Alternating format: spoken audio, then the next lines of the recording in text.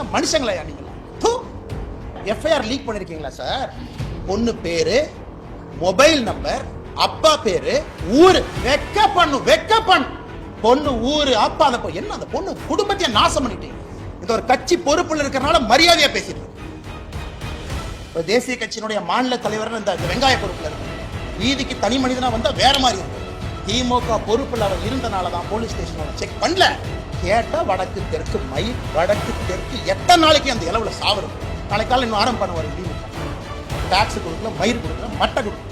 நாளை காலை 10 மணிக்கு மாநில தலைவராக என்னுடைய இல்லத்திற்கு வெளியே நான் நின்று சாட்டையால் என்னை 6 முறை நான் அடித்துக் கொள்ளும். சாட்டை என்னை அடிச்சு நாளையிலிருந்து திமுக ஆட்சியிலிருந்து அகற்றப்படும் வரை இந்த பத்திரிகையாளர் சந்திப்பு முடிச்சு என் செருப்பை கழட்டுனா நீ ஆட்சியிலிருந்து இறங்குற வரைக்கும் நான் செருப்பு போட மாட்டேன். பார்க்கலாம். திமுக என்கின்ற போர்வை இருந்தனால மட்டும்தான் இந்த அக்யூஸ்டு அந்த பொண்ணு மேல கை வச்சிருக்கான். இது வெரி சிம்பிள். இது மூளை இருக்கக்கூடிய, ஆறறிவு இருக்கக்கூடிய எந்த மனிதனுக்கும் கூட தெரியும். எஃப்ஐஆர் எப்படி சார் லீக் ஆச்சு? இந்தியா முழுவதுமே crime criminal tracking network system CCTNS எல்லா போலீஸ் ஸ்டேஷனும் இணைக்கப்பட்டிருக்கிறது ஃபைபர் ஆப்டிக் கேபிள்ல. டேட்டா என்ட்ரி பண்ணோடனே மாஸ்டர் சர்வருக்கு போகும். அதுக்கு ஒரு கண்ட்ரோல் ரூமுக்கு ஒரு SP இருக்கார், இன்ஸ்பெக்டர் இருக்கார். எப்படி அந்த எஃப்ஐஆர் வெளியே வந்துச்சு? போலீஸ் டிபார்ட்மெண்ட்டை தவிர அந்த எஃப்ஐஆர் யாரும் வெளியே விட முடியும்? எல்லாமே இன்டர்நெட் புரோட்டோகால் ப்ரொடெக்டட். அவ்வளவு ஈஸியா ஹேக் பண்ண முடியாத சிஸ்டத்தை. அது ஒரு எஃப்ஐஆரா சார்? ஒரு படிக்காத எழுதுனா கூட ஒழுக்கமா ஒரு எஃப்ஐஆர் எழுதுவோம். அதுல குற்றம் செஞ்சது அந்த பொண்ணா, குற்றம் செஞ்சது இந்த அயோக்கியனானே சந்தேகமா இருக்கு. ஏதோ பொண்ணு குற்றம் செஞ்ச மாதிரி எஃப்ஐஆர் எழுதியிருக்கீங்க. அதையெல்லாம் படிச்சா ரத்தம் கொதிக்குது. நான் என்னுடைய காதலனோடு நான் போனேன், ஒதுக்குப்புறமாக ஒதுங்கி இருந்தேன், என் காதலனுக்கு நான் கிஸ் கொடுத்துக்கிட்டு இருந்தேன். இதெல்லாம் ஒரு எஃப்ஐஆரா சார்?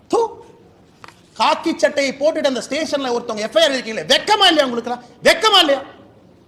குற்றம் நடந்தது அந்த பெண்ணுக்கு. அந்த எஃப்ஐஆர் படிச்சு அந்த எஃப்ஐஆர் கோர்ட்ல நிக்குமா சார்? ஆனா ஆயிரக்கணக்கில் எஃப்ஐஆர் எழுதி இருக்கு, அல்ல கோர்ட்ல நிக்குமா? அந்த பொண்ணு ஏதோ தன்னுடைய காதலனோடு பிரைவேட்டா ஒரு மொமெண்ட்டை ஸ்பெண்ட் பண்ணதாகவும் கிஸ் கொடுத்துக்கிட்டு இருந்ததாகவும் இவன் புதர் மறைவிலிருந்து வெளியே வந்து புகைப்படத்தை எடுத்து மிரட்டி, என்ன சார் என்ன இதான் ஒரு எஃப்ஐஆர் டிராஃப்டிங்கா? அந்த எஃப்ஐஆர் லீக் பண்ணிருக்கீங்களா சார்? பொண்ணு பேரு, மொபைல் நம்பர், அப்பா பேரு, ஊரு, வெக்க பண்ணு. திமுக எவராஜ் மரியாதை இருந்தா வெக்க பண்ணியா? நீங்களாம் வெக்கப்படும். பொண்ணு ஊரு, அப்பா அந்த என்ன அந்த பொண்ணு குடும்பத்தையே நாசம் பண்ணிட்டீங்க. 7 தலைமுறைக்கு ஒரு அடையாள ஒரு இதை கொடுத்துருக்கீங்களா? கருப்பு புள்ளியை கொடுத்துருக்கீங்களா? மனுஷங்களா நீங்களாம்? அதுக்கு அமைச்சர் கேள்வி கேட்கிறா. 3 மாசம் தமிழ்நாடு அமைதி பூங்காவா இருந்துச்சாமா, இந்த அண்ணாமலை திரும்பி வந்தானாமா, மறுபடியும் கலவரம் வெடிச்சு. வெக்க பண்ணையா நீங்களாம் மினிஸ்டரா இருக்கிறது? வெக்க பண்ணு. இந்த ஒரு கட்சி பொறுப்புல இருக்கிறனால மரியாதையா பேசிட்டு இருக்கு. தேசிய கட்சியினுடைய மாநில தலைவர் இந்த வெங்காய பொறுப்புல இருக்கிறார். அதனால மரியாதையா பேசணும்னு சொல்லி கொடுத்தனால மரியாதை கொடுத்து கூட்டலாம் பேசிட்டு இருக்கு. வீதிக்கு தனி மனிதனா வந்தா வேற மாதிரி இருக்கும். நான் பேசுறது பிரதமர் மோடி அவரை ரிஃப்ளெக்ட் பண்ணுங்கிறதுக்காக ரொம்ப அமைதியா நாகரிகமா பேசிட்டு இருக்கு. வெக்கப்படணும். திமுக இருந்தா நான் சொல்லியா? திமுக பொறுப்புல அவன் இருந்தனால தான் போலீஸ் ஸ்டேஷன் அவனை செக் பண்ணல. அவனை போலீஸ் ஸ்டேஷன்ல செக் பண்ணாதனால தான் அவன் தைரியமா வெளியே வந்தான். அந்த எஃப்ஐஆர் படிச்சா ரத்தம் கொதிக்கல. நமக்கு ரத்தம் கொதிக்கல. என்ன எஃப்ஐஆர் டிராஃப்ட் பண்ணிருக்கீங்க? என்ன எஃப்ஐஆர் டிராஃப்ட் பண்ணி கேட்டா தமிழ்நாடு அப்படி இருக்கு இப்படி இருக்கு. கேட்டா வடக்கு தெற்கு மயில், வடக்கு தெற்கு எத்தனை நாளைக்கு அந்த இளவுல சாவறது? எத்தனை நாளைக்கு சாவறது? 60 வருஷமா வடக்கு தெற்கு. நாளைக்கு காலை இன்னும் ஆரம்பம் பண்ணுவாரு. திமுக டாக்ஸ் கொடுக்கல, மயிர் கொடுக்கல, மட்டை கொடுக்கல. அது உட்காந்து காலங்காத்தால பிரஸ் மீட்ல வேலை இல்லாம நானும் பேசிட்டு இருப்பேன். இவ்வளவு கொடுத்தோம், இவ்வளவு டாக்ஸ் அளந்து கொடுத்தோம், இவ்வளவு அள்ளி கொடுத்தோம். மக்கள் பிரச்சனை யாராச்சும் பேசுறோமா? ஐயா, தமிழ்நாடு அரசியல மக்கள் பிரச்சனை பேசுறோமா? காரி துப்புரமா இருக்கு அரசியல், காரி துப்புரமா இருக்கு. அதனால்தான் இதற்கு ஒரு முடிவு கட்ட வேண்டும் என்று முடிவு செய்திருக்கின்றோம். இந்த அரசியல் நீ ஆகாதுங்க, இந்த அரசியல் ஆகாது. ஆனால் மாநில தலைவராக இந்த கட்சியினுடைய தொண்டனாக நான் ஒரு சங்கல்பம் எடுத்துட்டேன். ஐயோ கட்சினா வந்து ஆர்ப்பாட்டம் பண்ணுவாங்க. எத்தனை ஆர்ப்பாட்டம் பண்றியா? சென்னையில் ஆர்ப்பாட்டம் பண்ண போனா முன்னாள் ஆளுநர் அரெஸ்ட் பண்ணி உள்ள வச்சிருக்கார். நாயை பிடிக்கிற மாதிரி பிடிச்சு. மாநிலத்தினுடைய துணைத் தலைவர் கருணாகராஜன், எங்களுடைய சகோதரர், எத்தனை டைம் பாரதிய ஜனதா கட்சி எத்தனை டைமே அரெஸ்ட் பண்ணுவீங்க? நாங்கள் எங்களுக்கு தனியாக எங்களுக்கு வீட்டுக்கு ரோடு போடுன்னு ஆர்ப்பாட்டம் பண்றோமா? இல்லை எங்கள் வீட்டுக்கு தண்ணி சிறுவாணி தண்ணி வரலின்னு ஆர்ப்பாட்டம் பண்றோமா? கைது பண்ணி நைட்டு 11:30 வரைக்கும் டாய்லெட் இல்லாத மண்டபத்தில் பார்த்து அடைச்சி வச்சு எத்தனை சித்திரவதை தொண்டாங்க பண்ணி அனுப்பிப்பாங்க. அதனால இன்னி உங்களுக்கு இந்த ஆர்ப்பாட்ட வேலையெல்லாம் இல்லை. இன்னிலேருந்து நாங்கள் வேற மாதிரி தான் உங்களை டீல் பண்ண போகிறோம். நாங்கள் ஆர்ப்பாட்டம் பண்ண கலெக்டர் ஆஃபீஸ்க்கு வருவோம். எங்கள் ஆளு எல்லாம் காலங்காலத்தில் 8 மணிக்கு கிளம்பி வருவாங்க. நீங்கள் அப்படியே ஒரு 1000 போலீஸை போட்டு நாய் பிடிக்கிற மாதிரி 2 பேர்த்த பிடிச்சிட்டு போகலாம். நாளையிலிருந்து ஆர்ப்பாட்டம் அப்படி கிடையாது. ஒரு வீட்டுக்கு வெளியே ஆர்ப்பாட்டம் நடக்கும். நீ 10,000 போலீஸ் இறக்கியா பார்த்துடலாம். நான் என்ன ஒரே இடத்துல அப்படியே என் தொண்டனை கூட்டிகிட்டு வருவேன், லட்டு அமுத்துற மாதிரி அமுத்திட்டு போயிடுவீங்க. நீங்கள் ஒரு வீட்டுக்கு முன்பு நாளை பாரதிய ஜனதா கட்சியின் தொண்டன் காலையில் 10 மணிக்கு வெளியே வந்து நிற்பான். தன்னுடைய தாய்க்காக சகோதரிக்காக குரல் கொடுப்பான். இந்த அண்ணாமலை நாளைக்கு என்ன செய்ய போறேன்னு சொல்ற கேட்டு எல்லா பலத்தையும் பயன்படுத்திட்டோம், பேசிட்டோம். என்ன உங்க கையில ஊடக பலம் இருக்கு, உங்க கையில சினிமா துறை இருக்கு. ஒரு பலத்தை எடுத்து வடக்கு தெற்கு நீ பிரிச்சா வேலை முடிஞ்சு போச்சு. உங்க கையில எல்லா விருது கொடுக்கறதுக்கு பேசுறதுக்கு ஆளுங்க இருக்கிறாங்க. சமூக நீதினு பேசுறதுக்கு 10 பேர் இருக்கா. பாரதிய ஜனதா கட்சினா சமூக நீதி இல்லைன்னு பேசுறதுக்கு 50 பேர் இருக்கா. அதனால் நாளை எனக்கு நானே சாட்டை அடி கொடுக்கக்கூடிய நிகழ்வை காலை 10 மணி என்னுடைய வீட்டுக்கு வெளியே நான் நடத்தப்போம். நான் எனக்கு முருகபெருமானுக்கு சூர சம்ஹார பெருமை இந்த தீவிரம்லாம் அழிக்கிறது. நாளை காலை 10 மணிக்கு மாநில தலைவராக என்னுடைய இல்லத்திற்கு வெளியே நான் நின்று சாட்டையால் என்னை 6 முறை நான் அடித்துக் கொள்ளப் போகிறேன். சாட்டை என்னை அடிச்சுக்கிட்டேன். நாளையிலிருந்து திமுக என்கின்ற கட்சி தமிழகத்தில் ஆட்சியிலிருந்து அகற்றப்படும் வரை நான் செருப்பு போட மாட்டேன். அந்த அரசியல் நாடு 3 வருஷம் பண்ணி பார்த்துட்டேன். அது ஒரு முடிவு வரணும். இன்னைக்கு முடிவு வந்தே ஆகும். சும்மா இத்தனை நாளைக்கு எத்தனையாக்க நானும் வண்டி ஓட்டுறது. வந்தது வேறு, செய்வது வேறு, நடந்து கொண்டிருப்பது. நாளையிலிருந்து திமுக ஆட்சியிலிருந்து அகற்றப்படும் வரை இந்த பத்திரிகையாளர் சந்திப்பு முடிச்சு என் செருப்பை கழட்டுன்னா நீ ஆட்சியிலிருந்து இறங்குற வரைக்கும் நான் செருப்பு போட மாட்டேன். பார்த்துலாம். நாளையிலிருந்து 48 நாட்கள் நான் விரதம் இருக்க போகிறேன். பிப்ரவரி 2வது வாரம் முடியும். 6 படை வீட்டுக்கு நான் போக போறேன். முருகபெருமான்கிட்ட முறையிட போறேன். எல்லாத்திட்டையும் முறையிட்டாச்சு. நேஷனல் கமிஷன் ஃபார் உமன் முறையிட்டாச்சு. காலகட்டத்தில் வேலையெல்லாம் உட்காந்து லெட்டர் எழுதியிருக்கேன். பாருங்க 3 பேஜ் வேலையில். அம்மா வாங்கம்மா, தயவு செஞ்சு பிடிங்கம்மா, இவங்கெல்லாம் வயலேட் பண்ணிட்டாங்கம்மா, செக்ஷனை பாருங்கம்மா. எத்தனை கடிதம் எழுது. ஹியூமன் ரைட்ஸ் கமிஷன் 15 கடிதம் எழுதியாச்சு. நேஷனல் கமிஷன் ஃபார் உமனுக்கு எழுதியாச்சு. வேலையெல்லாம் உட்காந்து எழுதி ட்விட்டரில் போடுறதா வேலை. இன்னி பார்த்துக்கலாம் அரசியல், இன்னி பார்த்துக்கலாம். நாகரிகமான அரசியல். இந்த பவுண்டு பை நீங்கள் அநாகரிகமாக பேசுறீங்கல்ல, சோசியல் மீடியாவில் குடும்பத்தை எடுக்கிறீங்க, என்ன வேணாலும் நீங்கள் பேசுவீங்க. கேட்டால் அப்படியே கட்சி போறவைக்குள்ள ஒளிஞ்சுக்குவீங்க. நாளையிலிருந்து என்னுடைய அரசியலும் அப்படித்தான் இருக்கும். இந்த மாநில தலைவர் கட்டுப்பாடு, இனி ஆரோக்கியமான அரசியல், விவாதம், மரியாதை. அதெல்லாம் எதுக்கு மரியாதை கொடுக்கணும்? எதுக்கு மரியாதை கொடுக்கணும்? பெண்களுக்கு குழந்தைகளுக்கு பாதுகாப்பு இல்லாத ஒரு மாநிலத்தில் எதுக்கு உனக்கு மரியாதை கொடுக்கணும்? எதுக்கு மரியாதை கொடுக்கணும்? அரசியல் கட்சியில் நீ மரியாதை வெங்காயம்லாம் கிடையாது. ஆனால் நீங்கள் வாங்கினா இந்த இஷ்யூ பேசுங்க. எத்தனை இஷ்யூங்க தமிழ்நாட்டில் பேசுறது? ஆனால் டங்ஸ்டன் இஷ்யூ டெல்லிக்கு போங்கன்னா எத்தனை டைமுங்க போகிறது? ஆனால் மீத்தேன் பிரச்சனை ஆச்சுன்னா டெல்லிக்கு போங்கன்னா எத்தனை டைம் போகிறோம்? எத்தனை போகிறது? வேறு வேலை இதே தான் வேலைங்க. அதனால் நாளை எனக்கு நானே சவுக்கடி காலை 10 மணிக்கு என்னுடைய இல்லத்திற்கு வெளியே நான் கொடுத்துக் கொள்கிறேன். பாரதிய ஜனதா கட்சியினுடைய எந்த தொண்டனையும் இது நீங்கள் செய்ய வேண்டாம் என்று நான் அன்போடு சொல்லுகின்றேன். நீங்கள் யாரும் செய்ய, வீட்டுக்கு வெளியே வந்து நிற்க வேண்டியது உங்களுடைய கடமை. ஒரு சகோதரியோடு சகோதரனோடு அவர்களோடு நாங்கள் இருக்கின்றோம் என்று உணர்த்த வேண்டியது நம்முடைய கடமை. தீய சக்தி அழிக்கப்பட வேண்டும். தமிழகத்தில் அழிக்கணும், வேற வழி இல்லைங்க. வழி இல்லை. படிக்கிறேன் பாருங்க, எத்தனை கேங்ரேப்பியா, எத்தனையா பண்ணுவீங்க, என்னையா பண்ணுவீங்க தெரியாம கேட்குறேன். 14/8/2024 கேங்ரேக் ஆஃப் எம் உமன் அக்யூஸ்ட் யார்? கவிதாசன். என்ன நடத்தினா? Udhayanidhi Stalin fan club Orathanadu.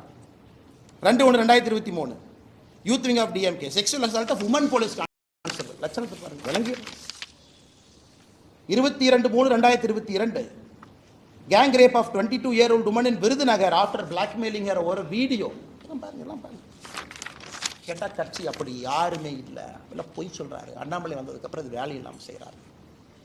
அதனால் பத்திரிகை நண்பர்களே, வேறு வழி எங்களுக்கு இல்லை. மக்களுடைய கவனத்தை ஈர்ப்பதற்கு எங்களுக்கு வழி இல்லை. இது சாமானிய மிடில் கிளாஸ் பையன் கொதிக்கணியா? மிடில் கிளாஸ் ஆள் எந்திரிக்கணும். அவன் எந்திரிக்காமல அரசியல் எந்த மாற்றம் இல்லை. சும்மா அப்படியே பேசிட்டே வண்டி ஓட்ட வேண்டியதான். 1 country 1 election, அது 1 மாதம் ஓட்டு, இது 1 மாதம் ஓட்டு, டங்ஸ்டன் ஒரு 3 மாதம் ஓட்டு, மீத்தேன் ஹைட்ரோ கார்பன் 6 மாதம் ஓட்டு. அவ்வளோதான். நம்ம எல்லாம் மறந்துடுவோம். எதுக்காக இருக்கிறோம், என்ன வேலை செய்கிறோம். ஆனால் மறுபடியும் நான் சொல்வது, நடுத்தர வாழ்வு வாழக்கூடிய நீங்கள் தயவு செஞ்சு வெளியே வாங்க, பேசுங்க, கேளுங்க, கேள்வி ஏழுங்க, ரோட்டில் வந்து நில்லுங்க. நாளைக்கு கேளுங்க, லோக்கல் எம்எல்ஏ தெரியும், உங்க ஓட்டு நீங்க போட மாட்டீங்கன்னு தெரியும். இந்த இலவச பணத்தை எல்லாம் எலெக்ஷன் அப்போ தூக்கிட்டு வா, இப்போ எல்லாம் தூக்கி எறி. அதனால் பத்திரிகை நண்பர்களுக்கு என்னுடைய அன்பான வேண்டுகோள், நீங்கள் அதை கேட்கணுங்க, மீடியாவில் டிபேட் வைக்கணும், விவாத பொருள் வைக்கணும். அன்னைக்கு நாமளும் மனுஷங்க தான், அதே சாப்பாடு சாப்பிட்றோம், 6 அறிவு இருக்கு. நம்ம வீட்டில் நடந்துதான் சும்மா இருப்பாங்களா? கத்தி எடுத்து வெட்ட போக மாட்டோம். விவாத பொருள் பேசவே வர சொல்லு. எதுக்கு அப்படி பண்றீங்கன்னு கேளு. ரிப்பீட் ஆஃபெண்டர் எதுக்கு ரவுடி ஷீட்ல வைக்கலன்னு கேளு. பொறுப்பேற்று கமிஷனர் விலக சொல்லுங்க. குறைந்தபட்ச டெப்டி கமிஷனர் வீட்டுக்கு போச்சு.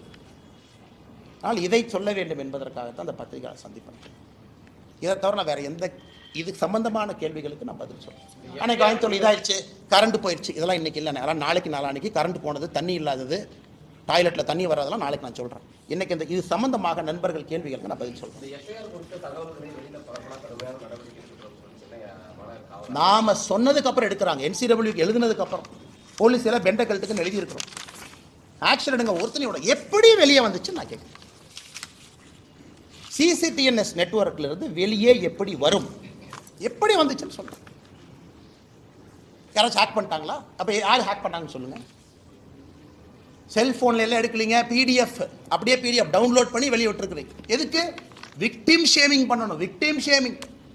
இந்த பொண்ணு சரியில்லை, அதனால தான் இது நடந்துச்சு. எத்தனை நாளைக்கு அந்த டிராமாவை தமிழ்நாட்டில் பண்ணுவீங்க? எத்தனை நாளைக்கு பண்ணுவீங்க? இந்த பொண்ணு சரியில்லாத பொண்ணு அப்படின்னு மக்களுக்கு பார்த்தா தெரியணுமா? காதலனாக இருக்கட்டும், காதலியாக இருக்கட்டும், 18 வயசுக்கு மேல அவங்க தனிப்பட்ட உரிமை. வெட்கி தலை குனினுங்க, தலை குனினுங்க, தலை குனி. நாம் எல்லோருமே சாமானிய மனிதர்களாக தலை குனிந்து நிற்கணும். ஏன்னா சகோதரி நம்ம மண்ணில் தமிழ்நாட்டில் அது நடந்தது. பாவம் எவ்வளோ கஷ்டப்பட்டிருப்பாங்க அந்த பொண்ணு. பாருங்க எவ்வளோ எவ்வளோ அசிங்கப்பட்டு. எஃப்ஐஆரை படிச்சுப்பாங்க.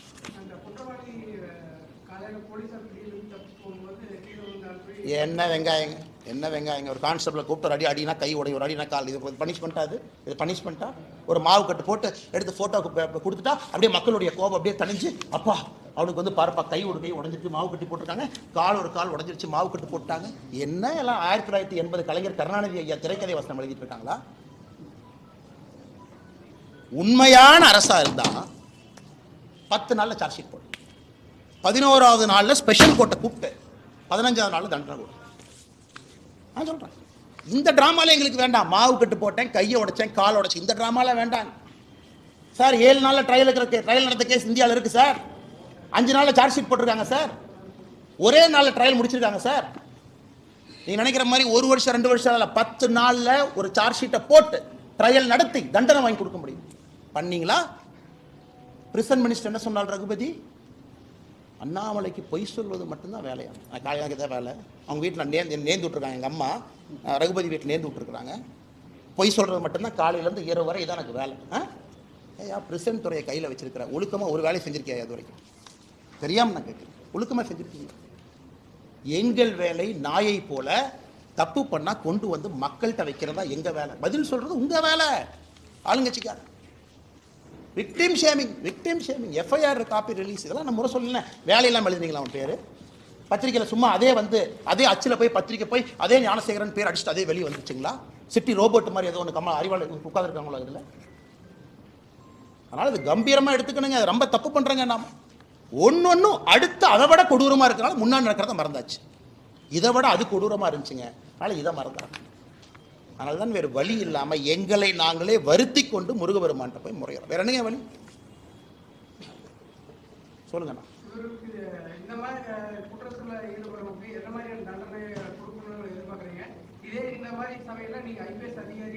நான் சுட்டு தூக்கி வீசிட்டு போயிடுவேன் சார். அது சொன்ன 4 பேர் எஃப்ஐஆர் தூக்கிட்டு வருவாங்க.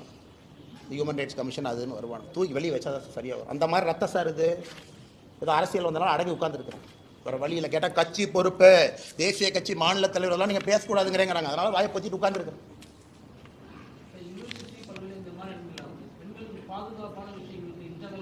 சார் நிர்பயா ஃபண்டு கொடுத்துருக்கோம் சார். நிர்பயா ஃபண்டு கொடுத்துருக்கோம் சார். 1000 கோடி கொடுத்துருக்கோம் சார். ஏன் சார் ஒரு அண்ணா யூனிவர்சிட்டியில் தமிழ்நாட்டினுடைய பழமையான இன்ஜினியரிங் காலேஜில் ஒரு லோட்டஸ் சிசிடிவிக்கு ஒயர் கனெக்ஷன் இல்லைன்னு சொல்றியா? வெக்கப்படலையா? யாரு எங்கேயுமே கனெக்ஷன் இல்லை. அப்ப நிர்பயா ஃபண்டு எங்க போச்சு? நிர்பயா ஃபண்டு கொடுத்தது இதுக்கு தானே. நிர்பயா ஃபண்டு எதுக்கு கொடுத்தோம்? முதலமைச்சர் வீட்டுக்கு போற சாலையில 4 சிசிடிவி போடுற கொடுத்தோமா?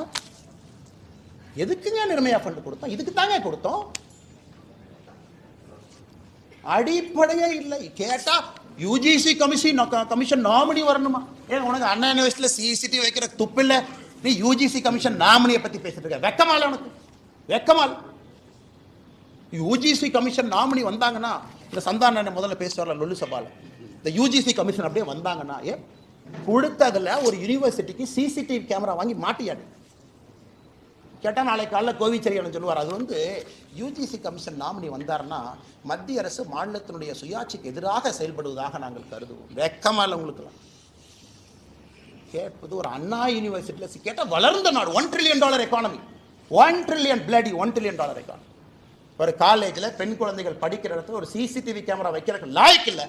$1 trillion எக்கானமி என்ன பிடுங்க போறீங்க?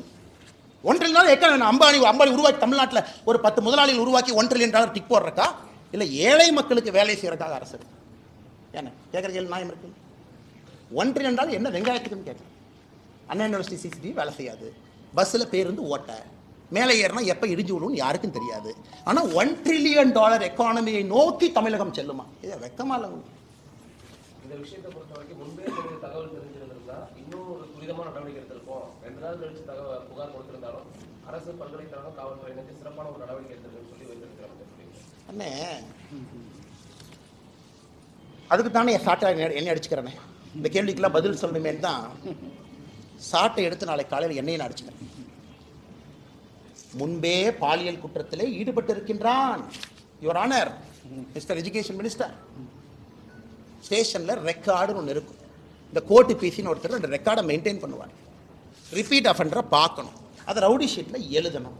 மாதம் 21 நாளைக்கு ஒருக்கா பெரேடில் வந்து நிப்பாட்டணும். அவன் போலீஸ் ஸ்டேஷனுக்கு வந்தாலே கை கால்லாம் நடுங்கும். இந்த குற்றத்தை அவன் பண்ணுறான்னா, அண்ணே அது ஒரு நாள் குற்றமா எனக்கு சந்தேகமாக இருக்குனே. அந்த எஃப்ஐஆரை படித்து பார்த்தா அது ஒரு பொண்ணுக்கு மட்டும்தான் அது நடந்தா எனக்கு சந்தேகமாக இருக்கு. அதே இடம் அதே புஷ் திடீர் என்ற உள்ளே வெளியே வந்தான் மாயாவி போல. எஃப்ஐஆரை டிராஃப்ட் பண்ணிருக்காங்க. இந்த விரச கதைகள்லாம் படிப்பாங்கல்ல, அது கூட இதை விட நல்லா எழுதுவாங்க. அதனால தான் நான் இவ்வளவு வேகமாக செல்வதற்கு காரணம், இன்னி நாங்கள் அரசியலை மாற்ற போகிறோம். இனி சித்தாந்தம் லொட்டு லொசுக்கு நார்த்து சவுத்து இதெல்லாம் நீ வேலைக்கு ஆகாது, அதெல்லாம் வேலைக்கு ஆகாது. இவ்வளோ தூரம் பேசுகிற நாளை காலில் வந்து மத்திய அரசு டேக்ஸை குறைச்சி கொடுத்துட்டாங்கம்மா. நான் என்ன சொல்லுவேன், காலிலேருந்து தொண்டை தண்ணிக்கலையே அது ஏன் கொடுத்தோம்னா, அது டைரக்ட் டேக்ஸ் என்ன, அது இன்டைரக்ட் டேக்ஸ் என்ன, ஜிஎஸ்டி வசூல் என்ன, ஒரிசாக்கு எவ்வளோ போச்சு, குஜராத்துக்கு எவ்வளோ போச்சு, 3 மணி நேரம் பேசிட்டு நானும் படுத்து தூங்கிடுவேன், நீங்களும் படுத்து தூங்கிடுவேன். பெண்களுக்கு எதிரான குற்றங்கள் அங்கங்கே நடந்துக்கிட்டே இருக்கும். இன்னும் இது வேலைக்காக சார், இவங்க புறமையை பிடிக்கணும், வேற மாதிரி அரசியல் பண்ணணும். அண்ணா 80% of police is prevention of crime. குற்றத்தை தடுப்பதற்கு தான் 80% வேலையோ தவிர குற்றம் செய்த பிறகு வெத்தலை பாக்கு வச்சு அதுக்கெல்லாம் பழத்தை வச்சு சூடத்தை பற்றி வச்சு அண்ணே குற்றவாளி அண்ணே வாங்க. எப்படி வேலூரில் அரெஸ்ட் பண்ணாங்க? பாரதிய ஜனதா கட்சி தொண்டை விட்டல்குமாரை வெட்டியாச்சு. நான் தொண்டை தண்ணிக்கிலேயே சொல்கிறேன், அண்ணே அவங்க பஞ்சாயத்து தலைவர் தானே கொன்னது. இல்லை பஞ்சாயத்து தலைவர் ரொம்ப நல்லவர் கொண்டு. அடுத்த நான் அக்யூஸ் 2 பேர் கோர்ட்டில் போய் சரண்டராருக்கு நல்ல நேரம் பார்த்துட்டு இருக்கான். அதை நான் ட்விட்டரில் ஃபோட்டோ பாருங்க பாரு, வந்து அக்யூஸ் 2 பேர் உட்காந்து போய் பிடிச்சிட்டு வாங்க. வெட்கமாங்க. ரகுபதி அண்ணன் பேசுறதுல ஒரு பேச்சு, அண்ணன் பேசுறது, அவர் பேசுறது ஒரு அமைச்சர் பேசுற அழகா இருக்கு. இல்லைன்னு சொல்லுங்க, இல்லைன்னு சொன்னா நான் ப்ரூஃபை கொடுக்குறேன். அவங்க கட்சியில் இருந்தா பொறுப்புல இருந்தா நான் சொல்றேன். அது இதுக்கு இந்த விதண்டாவாதமா திருப்பி விட்டுட்டு இங்கே ஏன் திருப்பி சொல்றேன், இதான் நான் கேட்குற கேள்வி. ஆனால் பத்திரிகை நண்பர்களுடைய நெஞ்சத்தையும் தொட்டுத்தான் நான் சொல்றேனே. உங்களுக்கு சார்பாகவும் நான் பேசுறேன். பத்திரிகையாளர் சந்திப்பில் ஒருத்தர் வெட்ட வந்துட்டா நான் என்ன பண்ணுவேன்னா, அப்போ அந்த பொறுப்புக்கு நீ லாயக்கு இல்லை, ரிசைன் பண்ணிட்டு வீட்டுக்கு போயான்னா. நாங்கள் அமைச்சர்களாக இருந்து பத்திரிகையாளர் சந்திப்பில் ஒருத்தர் வெட்ட வந்தானா முதல்ல அவனை வெட்டுவோம். உனக்கு பத்திரிகையாளருக்கே உனக்கு நியாயம் கொடுக்க முடியல, என்ன துப்புக்கு உனக்கு அமைச்சராக இருக்கு, வீட்டுக்கு போக வேண்டியதான். அது பத்திரிகை நண்பர்கள் நீங்கள் கேட்கணும், அண்ணே எங்களுக்கே உங்களால் பாதுகாப்பு கொடுக்க முடியல, எதுக்குன்னே அமைச்சர் பொறுப்பு, எதுக்குன்னே காரு, எதுக்குன்னே கொண்டை, எதுக்குன்னே 2 போலீஸ், எதுக்குன்னே யூனிஃபார்ம் 2 பேர், ஆயுத பூஜைக்கு பூஜை பண்ணுறதுக்கான 2 பொது வச்சுருக்காங்க. அதனால் பத்திரிகை நண்பர்களுக்கு வணக்கத்தை தெரிவித்து நன்றியை தெரிவித்து, ரொம்ப சீரியஸான இஷ்யூங்கண்ணே. நான் டைவர்ட் ஆகி வேறு இடத்துக்கு போக விரும்பலிங்கண்ணே. நாளை காலை 10 மணிக்கு உங்களை சந்திக்கிறோங்கண்ணே. பாரதிய ஜனதா கட்சியினுடைய தொண்டர்கள் தமிழகம் முழுவதும் எல்லா இடத்துலையும் இருப்பாங்க. காலைல 10 மணிக்கு வீட்டுக்கு வெளியே வந்து ஆர்ப்பாட்டம் பண்ணுவாங்க, போராட்டம் பண்ணுவாங்க. பொதுமக்களும் கலந்து கொள்ள வேண்டும் என்று அன்போடு கேட்டுக்கொண்டாங்க.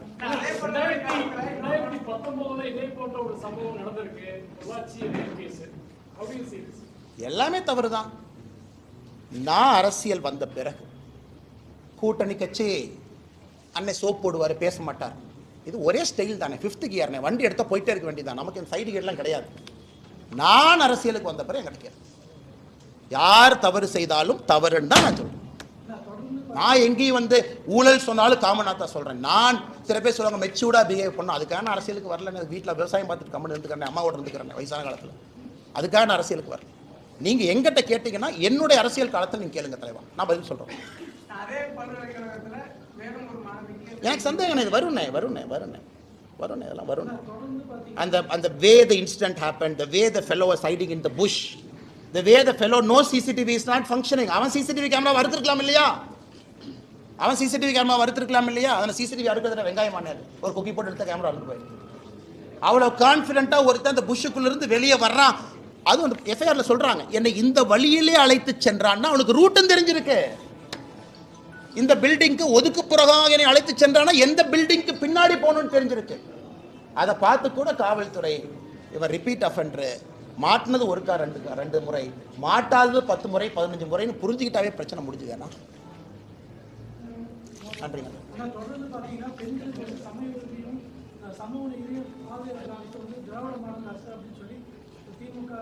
நான் சத்தியமா உங்களுக்கு கேட்கிறேன், என்னன்னே வெங்காய சமூகம் சொல்லிட்டேன். இன்னைக்கு இந்த பஞ்சாயத்து பண்ணிடுவோம், நீ பேசிடுவோம். பட்டியலிடத்திலிருந்து வந்திருக்கக்கூடிய அமைச்சர் பெருமக்கள் திமுக என்ன பண்ணி வச்சிருக்கீங்க? மொத்தம் இருக்கிறதே 35 அமைச்சர். 35வது பட்டியலிடத்திலிருந்து வந்திருக்கிறவங்க 35வது பொசிஷன். பட்டியலிடத்திலிருந்து வந்திருக்கக்கூடிய இன்னொரு அமைச்சர் 34வது பொசிஷன். பட்டியலிடத்திலிருந்து வந்திருக்கக்கூடிய இன்னொரு அமைச்சர் 32வது பொசிஷன். பட்டியலிடத்திலிருந்து வந்திருக்க இன்னொரு அமைச்சர் 28வது பொசிஷன். 28, 32, 34, 35 இதான். நான் கேட்கிறேன்னே, ஏன்பா ஒரு பட்டியலின சகோதர சகோதரி ஒரு துணை முதலமைச்சர் ஆக்கின்றா எவ்வளவு கம்பீரமா இருக்கும். நாங்கள் முதலமைச்சர் ஆக்குகின்றோம், ஜனாதிபதி ஆக்குகின்றோம். ஏன்னா எங்களுக்கு ஜனாதிபதி ஆக்கணும், எல்கே அத்வானி ஐயா நாங்க ஏன் ஆக்கல தெரியாம கேட்கிறேன். பொருத்தமானவர், கட்சியினுடைய ஐடியோலால். நீங்க யாரா பிரதீபா பட்டீல் அம்மா வாக்குனீங்க? காங்கிரஸ் கேட்கறீங்களா? சமூக நீதி பத்தி பேசுறது வெட்கப்படணுமையா? நீங்களா கட்சியில் இருக்கக்கூடிய சித்தாந்த பெரியவர்களை ஆக்காம, கிடைத்த முதல் வாய்ப்பு இஸ்லாமியர் APJ அப்துல் கலாம், கிடைத்த 2வது வாய்ப்பு ராம்நாத் கோவிந்த் ஐயா பட்டியலின சகோதரர், 3வது வாய்ப்பு திரௌபதி முர்மு அம்மா பழங்குடியா. பார்த்து கத்துக்குங்க. பத்திரிகையில சும்மா வந்து அப்படி கரவேட்டை கட்டிக்கிட்டு வந்து பாஜக சமூக நீதிக்கு எதிரி. எத்தனை நாளைக்கு இந்த பஞ்சாயத்து பண்றீங்க? நேத்து ஒரு தேவாலயத்துக்கு போறேன், ஒரு தேவாலயத்துக்கு போக விட மாட்டாங்க. அதான் பத்திரிகை நண்பர்கள்ட்ட இந்த தேவாலயத்தை சொல்லிட்டு இந்த தேவாலயத்துக்கு போக வேண்டியதாக போச்சு. லெஃப்ட்ல வண்டி திரும்ப இண்டிகேட்டர் போட்டு ரைட்ல போயிட்டேன். ஏன்னா அங்க வந்து அந்த ஃபாதரை மிரட்டுவாங்க. ஒரு சர்ச்சில் போய் ஒரு கிறிஸ்மஸுக்கு அவர்களுக்கு வாழ்த்து சொல்லி 1 மணி நேரம் மாஸ் அட்டன் பண்றதுக்கு எத்தனை போலீஸ் போட்டு வச்சிருக்காங்க? 1000 போலீஸ் போட்டு வச்சிருக்காங்க. அதெல்லாம் இந்த அண்ணா யூனிவர்சிட்டி பக்கம் திருப்பி இருந்தீங்கன்னா எவ்வளவு நல்லா இருக்கும். நல்லா கேட்குறேன். பாஜகனா இப்படித்தான் அடைச்சி வச்சிரு. அதை யாராச்சும் உடைக்க முயற்சித்தாங்கன்னா முதல்ல அவர் அடைய. சமூக நீதி பத்தி கேட்கறேன். ஆனா சமூக நீதியை பத்தி வர சொல்லுங்க. நான் திமுக யாரை வேணாலும் பேசுவேன். ஒரு அமைச்சர்ல இருந்து மேல யாரோ வர சொல்லுங்க. நீ சமூக நீதி என்ன பண்ணிருக்க பேசுவோம், நாங்க என்ன பண்ணிருக்கோம் பேசுவோம். தமிழ்நாடு மக்கள் பார்த்து முடிவு. அங்க சமூக நீதிக்கு எதிரி எதிரி எதிரி தொடர்ந்து நீங்க பேசுறீங்க. வந்து பேச பார்க்க என்ன எதிரி? தமிழ்நாட்டில் $470 மில்லியன் எக்கானமி, 500 மில்லியன் கீழே இருக்கும், $500 மில்லியன் கீழே இருக்கும். இரட்டை டம்ளர் பீகார்ல இல்லைன்னா இரட்டை டம்ளர் சிஸ்டம்னு, பீகார்ல இல்லைன்னா நான் போறேன் பீகார் அடிக்கடி, யூபியில் இல்லைன்னா இரட்டை டம்ளர். ஆய்வறிக்கை சொல்லுது தமிழ்நாட்டில் தான் இரட்டை டம்ளர்னுடைய பயன்பாடு அதிகம். என்ன சமூக நீதி பேசுறேன் சொல்லு, தயவுசெய்து சொல்லு. ஆனால் நான் அரசியல்வாதி கேட்குறேன், உங்களுக்கு பேசுறேன். பட்டியலின சகோதர சகோதரி பஞ்சாயத்து பிரசிடென்ட் ஆனா கொடியேற்ற முடியாது. தமிழ்நாட்டில் தான் ஹையஸ்ட். யூபியில் இருக்கா, பீகார்ல இருக்கா? இல்ல. எத்தனை நாளைக்கு இதை பேசி பேசி ஜாதி அரசியல் பண்ணி மத அரசியல் பண்ணி வண்டி ஓட்டுவாங்க. காலைல 10 மணிக்கு பார்ப்பேன். நன்றி.